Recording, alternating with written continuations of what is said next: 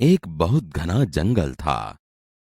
एक दिन एक शिकारी उस जंगल में शिकार करने आया। जंगल में उसने एक सुंदर हिरनी को देखा। हिरनी ने एक छोटे शावक को जन्म दिया था। हिरनी और शावक घूम रहे थे।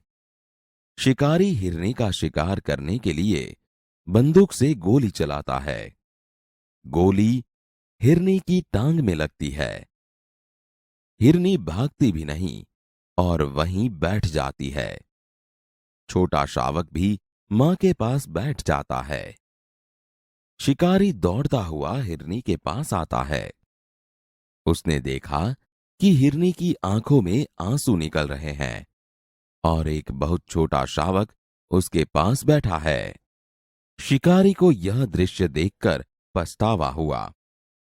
शिकारी तुरंत हिरनी को अस्पताल ले गया। डॉक्टर ने हिरनी के पैर में लगी गोली निकाल ली। गोली निकलने से हिरनी स्वस्थ हो जाती है। शिकारी बहुत खुश होता है। वह हिरनी को वापस जंगल में छोड़ आता है।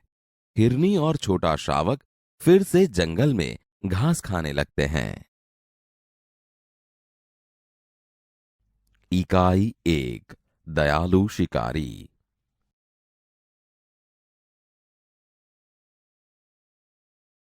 एक बहुत घना जंगल था। एक दिन एक शिकारी उस जंगल में शिकार करने आया। जंगल में उसने एक सुंदर हिरनी को देखा। हिरनी ने एक छोटे शावक को जन्म दिया था। हिरनी और शावक घूम रहे थे। शिकारी हिरनी का शिकार करने के लिए बंदूक से गोली चलाता है। गोली हिरनी की टांग में लगती है। हिरनी भागती भी नहीं और वहीं बैठ जाती है। छोटा शावक भी मां के पास बैठ जाता है। शिकारी दौड़ता हुआ हिरनी के पास आता है।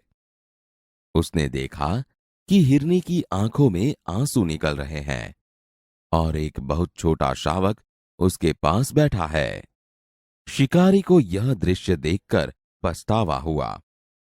शिकारी तुरंत हिरनी को अस्पताल ले गया। डॉक्टर ने हिरनी के पैर में लगी गोली निकाल ली। गोली निकलने से हिरनी स्वस्थ हो जाती है। शिकारी बहुत खुश होता है। वह हिरनी को वापस जंगल में छोड़ आता है। हिरनी और छोटा शावक फिर से जंगल में घास खाने लगते हैं। विद्यार्थी मित्रों, इन वाक्यों को सुनिए।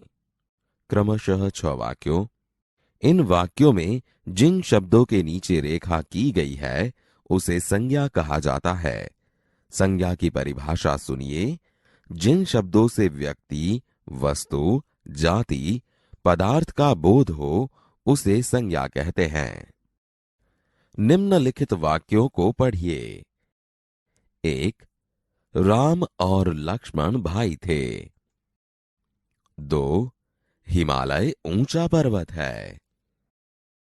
3. गुलाब का फूल अच्छा है। 4. रमेश हर रोज स्कूल जाता है। 5. सब गांधीनगर जा रहे हैं। 6. आज बिल्ली दूध पी गई।